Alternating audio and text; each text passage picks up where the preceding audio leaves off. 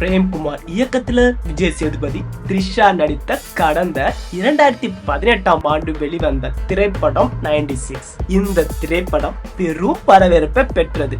தற்போது 6 ஆண்டுகளுக்கு பின் பிரேம்குமார் நடிகர் கார்த்தியை வைத்து புதிய படத்தை இயக்கியுள்ளார். படத்திற்கு மெய்யழகன் என பெயரிடப்பட்டுள்ள இந்த படத்துல நடிகர் அரவிந்த் சாமி முக்கிய கதாபாத்திரத்துல நடிச்சிட்டு வராரு.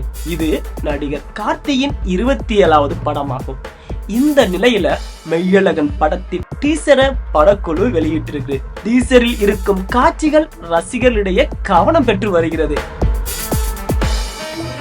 மெய்யழகன் டீசரை ஓபன் பண்ணி பார்த்தோம் அப்படின்னா படம் தஞ்சாவூரை கதைக்களமாக கொண்டு நகர்கிறது என்பது டீசரின் தொடக்கத்திலேயே நமக்கு உணர்த்தி விடுகிறது. நீடமங்கலத்துல கல்யாணம் ஒண்ணு நடக்குது.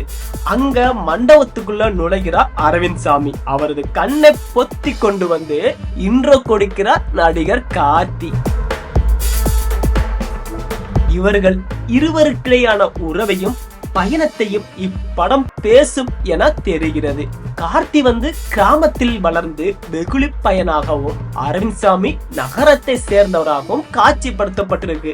இவர்களுக்கிடையான முட்டல், மோதல், உரசல்கள் தான் படம் என கணிக்க முடிகிறது.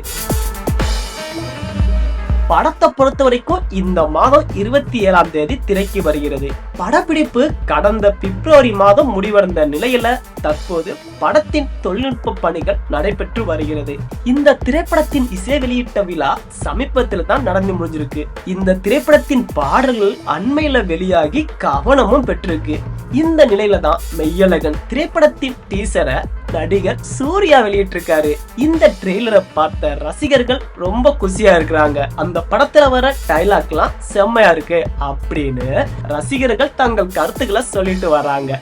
அப்படி அந்த படத்துல எந்த சீன் உங்களுக்கு பிடிச்சிருக்கு அப்படின்னு நீங்களும் கமெண்ட்ல சொல்லுங்க, பார்க்கலாம்.